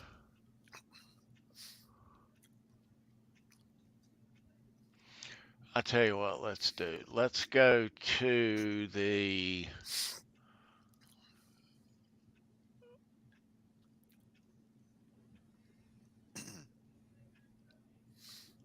Let me stop that. Let me put us back here. I want to go to it another way. Instead of going through that, I want to go through the news desk. You can see that okay? Yeah. Yep. Much better. All right. Okay. Let's have a peeky at this. So you can see these dates here. Mm-hmm. January 25th, Tampa, Orlando, Atlanta, Nashville, New Jersey. End of February, etc. And all the way back home in April. Okay. And really, Tennessee's about the closest they're going to get to us? Yep. So they are touring with Alderbridge. Alderbridge usually does North Carolina. I've seen them. And it is their headline tour. They're real popular here in the Carolinas. I'm surprised. Tony, maybe they'll add a show or two. Well, let's see if I have that card for that run loaded in here. I think I do. Yeah. I'm really surprised that Alderbridge is not coming to the Carolinas, either north or south. They are really popular around here. I've seen them with my son Daniel. We check out Carolina Rebellion, and they did Carolina Rebellion a few years ago. It was really good. On their U.S. New Year 2023 run that we looked, I don't think that Hailstorm is a part of that. Yeah. So, Hailstorm, heck, as you mentioned, last time I saw Alderbridge, I saw Hailstorm with them. Nice. Hailstorm is so good live. Yes, they are. Yes, they are. But I've said it before. I'm going to say it again, just to keep the record straight. I want to see Wolfgang Van Halen do a rock duet with Lizzie Hale, and very similar to what Ozzy did with Lita Ford. That's what I'm waiting for. I think that's going to be something priceless. Wow. And I don't know. I would never have thought of that. But if it happens, just remember you guys heard it here first, okay? Yeah.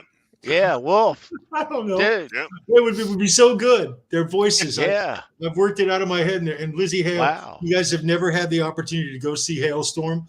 Mark it down. You need to do it. You need to do it. She is, her and her brother plays drums, and she just commands everything else. She's a fantastic guitar player. She's such a rocker. And her vocals are so unique. Yeah. She's got the power of an Ann Wilson, but the dirty vibe of a Janis Joplin. I don't know. I don't know, man. It's well, it was such a pleasure. She has a really, like, there's something that, she did a duet with who was it, Amy Lee from Evanescence. Yeah. They did a duet before, and like boy, Lizzie Hale is so good at being able, within the span of a show, to be full on blow your vocal cords out metal, and then the most tender ballads. And oh my God, she can, like, she's got a whole wealth of talent that, a lot of lead singers can't do. It's oh God, I've seen Hailstorm probably 3 times, I think 3 times total, and she just commands the stage. Look at Randy Price's post in the chat. Yes, Randy. See, those are the moments that are priceless, man, and make life just extra special, brother. That's all I'm saying. That's awesome, dude. That is awesome. Yeah. Right on. I'll tell you, one of the first times I saw Hailstorm, they, who was the opening act was the Pretty Reckless, Taylor Momsen's group, and that was those two front women. Like, oh my God, I was like, rock and roll is in good hands with the women right now. Yeah, right on. Oh man, that's too cool. That is just too cool.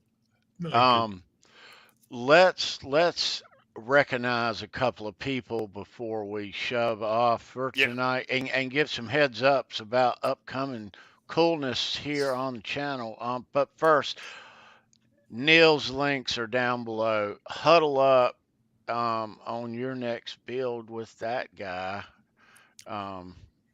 His links are down there. Hey, get in line. Yeah. Randy Price, you see anything behind me that you're interested in? Maybe something that is calling your name? Oh, man. I like the purple there, Neil. Beautiful, man. That whole outside of the box. See, look at the green up on the very top shelf, Tony. Ah, hang on. Look out the green monster, bro. I was looking at the purple. Sorry. Yeah. Gotcha. No, but Neil, seriously, that 13 relic, dude.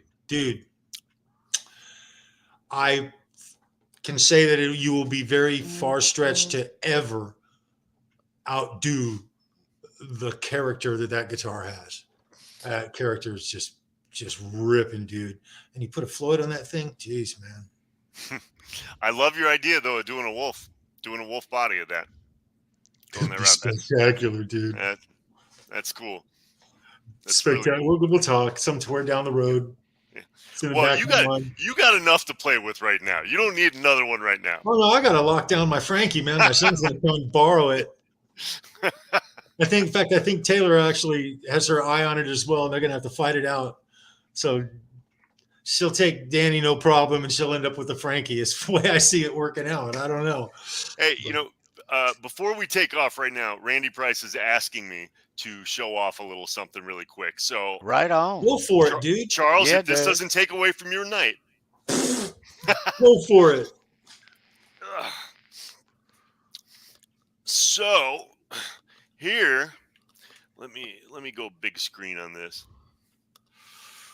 So here we've got one of those, like, basically the Judah guitars style of the white Frankenstrat. For those of you that are familiar of it, Judah Guitars does a really, really good job of relicking and beating up their guitars. And Randy talked to me a while about wanting something like this.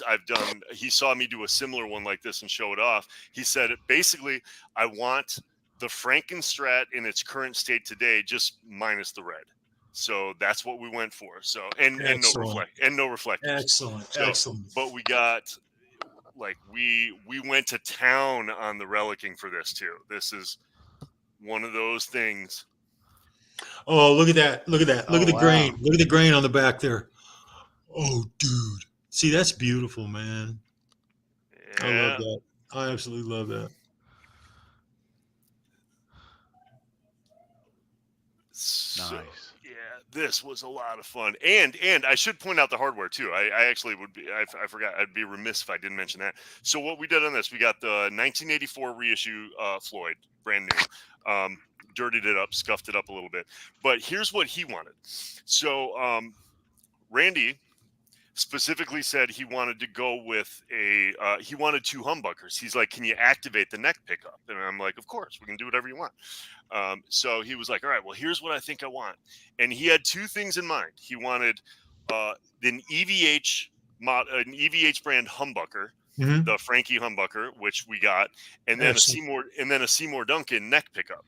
And he told me the specs that he wanted, and we got him to work. So is the Seymour Duncan neck pickup, is that a double stacked humbucker, or is it just a single a single coil? It's just a single coil. I don't have the model number off the top of my head. I can't believe I blanked on that. Sorry, Randy. No, I'm sorry. No. But here's what's really cool about this. This is what makes this guitar awesome. So obviously this selector's knob still there. It's still in effect. It doesn't matter. That's not in use. He wanted a push volume pot to select pickups. So we got this here. Let's see if we can show you this. We got,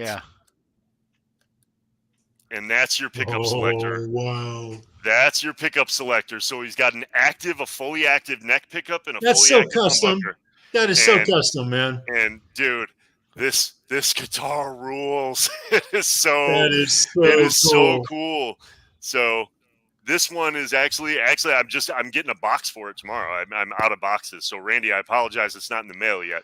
But this thing is going out in the next day or so. Randy shared his unboxing with us on the right on, bro.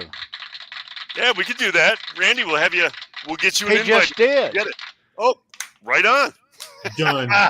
Just did. Oh yeah. Excellent. That is excellent. But excellent. I thought you said there was one like that, and then you kept going, and you're talking about his guitar. Yeah, that's what I thought too. Wow. No, but well, I've done one like that before, but that I'm telling you, Randy, and this is so cool. Randy had some incredible ideas, and that was, like kind of Charles, like we talked about earlier tonight, these are the things. He was like, well, I like this. Yeah, I've seen you do this before, but could we do this? And he came up with some off the wall things like the push pot for switching pickups. I think I'm like, oh my God, yes, let's do it. Absolutely. That's a really custom addition. I wouldn't even have thought about it, to be honest. Yeah. And this is why I absolutely love having these conversations with That's people. Why you get your guitar built. That's why you get a custom build. You get what you want. Yeah. That's like having your volume knob move just 3/4 of an inch out of the way so it's more functional. Little things like that are, you just don't get those from, you can get them from custom builders, obviously, but you don't find them on the shelf like that. You can't get these guitars like that. And I tell all of my friends this, and all of my clients. I tell them all the time, no question is off the wall. No question is stupid. Like, ask away. If there's something that, can't be done, I'll explain to you why. But everything can be done. You know, it's 100% customizable. There's a lot. I say this over and over and over again, but it's like it's your guitar. It's not mine, and it's our build. We're working on this together. So Randy's seen pictures as we've gone along. I've sent him updates. I've shown him. You know, I the day I got the pickups in, I was, you know, it was just, yeah. I can't wait for him to show it off and plug it in and play it. So it was Too fun. cool. Too flipping cool. Nice, Randy. Yeah. Good stuff, man. Good stuff. Yeah, it was a lot of fun working with him. Symmetry Road, 1-800 Thanks Neil for Rocks. showing that to us. Right there. Yes, he does, Symmetry. Very cool, man. Very cool. Beautiful guitar, Randy. Awesome, man. Beautiful guitar, dude. Yeah, dude. Nice. I know you are, brother. Yeah. Right on, man. A lot of fun working on that with them. So. A lot of fun seeing them. Goodness, Charles, man.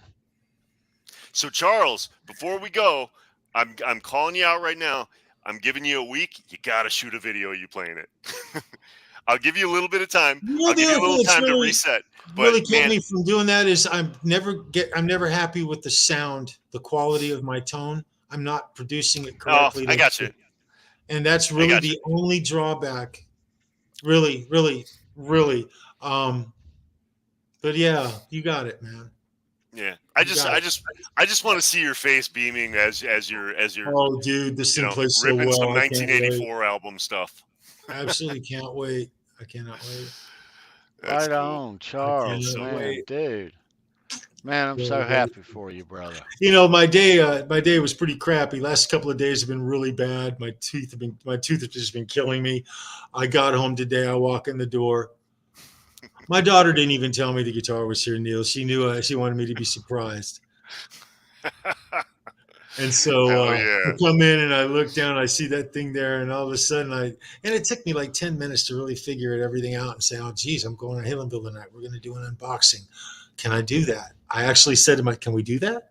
Hey, Papa. I got to call somebody and see. I didn't know what you were doing, Neil. I didn't know if Tony, what his plans were or anything. And yeah. All you knew was it was here.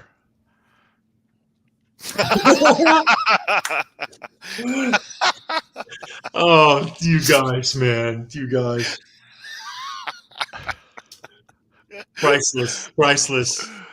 Oh God, that is so good. Oh. Who do I have to thank for that, Tony? You told me it was Ed, right? Ed rocks. Right there, Ed. That's for you, brother. Yeah, dude. Nice. Right on, bro. Yeah, so a couple of more things too. We always like to recognize our peeps around here. Greg Collins at Legend Picks that makes our lovely Halenville and Fruitcake Tony Show awesome, Your Pick guitar picks is available. If you want to batch a gross or more, 2 gross, 3 gross of your custom picks with your stuff on your picks in your gauge, texture, content, size, shape, gauge. Am I missing something, Charles? Shape. All the specs, bro. All of them. The specs for it. Yeah. Make it just like you want them. Yep. Yeah. So hit Greg up. His links are always down below. And you guys that play and you like the cigar style. Too cool, man. Our buddy Brendan B Squared, he makes these cool things, and his links are down below, and he can make some fantastic stuff with a cigar box. Yes, he can. So check him out. His links are down below, and you can see him Saturdays on Show Me Your Pick right here with him and sometimes him, but but this week for sure, let me share this with you. And this guy right there. That guy. Right. Butt cheeks. Yeah. It kind of looks the same around here, but if it's Wednesday, it's kind of a different mindset. But Yeah. But so Saturday on Show Me Your Pick, this Saturday, September. Last time I can say August, I guess, right? Wow. Damn. September the 3rd, Yep. Saturday, coming up 9 p.m. We're going to talk about, show a bunch of stuff from Soundgarden. Very cool. Oh, killer. Yeah. Very cool, man. So yeah, you'll see some stuff, some cool pics from the late Chris Cornell. Some good times to be had. So stop by, show me your pick. That is this Saturday, right here, 9 p.m. on the weekend. Yeah. And also too, in a couple of weeks, I'm gonna go ahead and show them this, guys. Have I got it? I do. So right here on Wednesday, in a couple of weeks, 2 weeks from tonight, 2 weeks, September the 14th, 9 p.m., our friend Lewis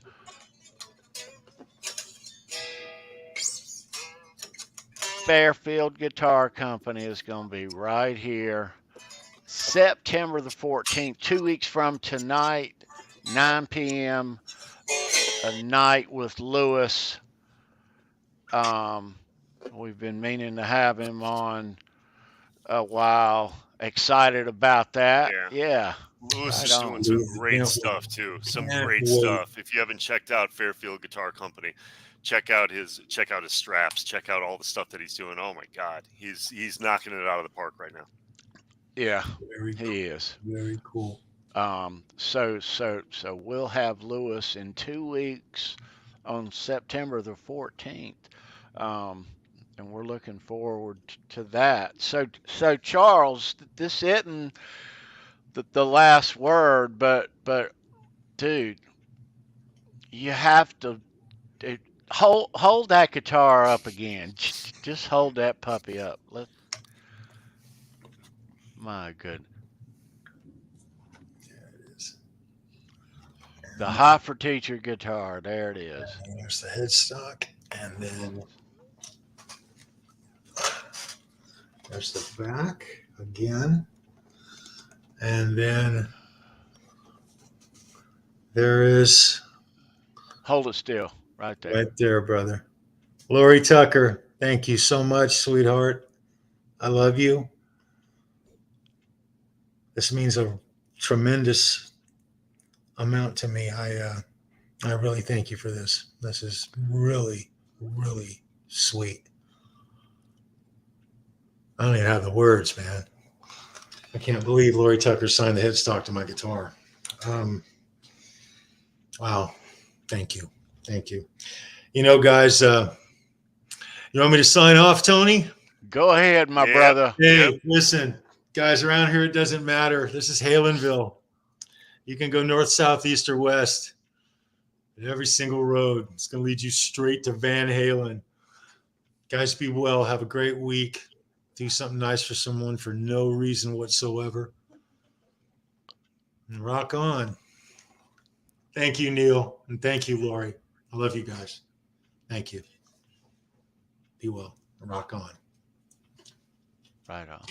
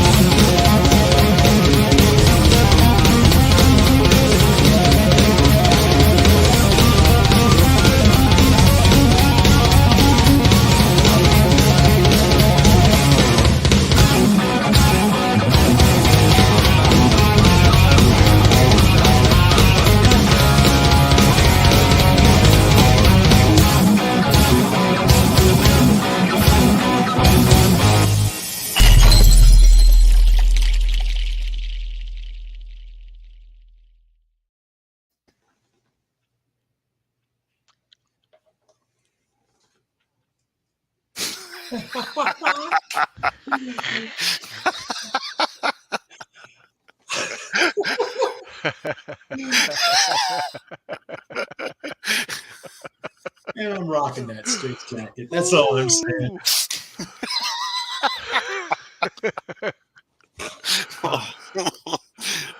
Read all the links in the description. Thank you. Good night. Be well, guys.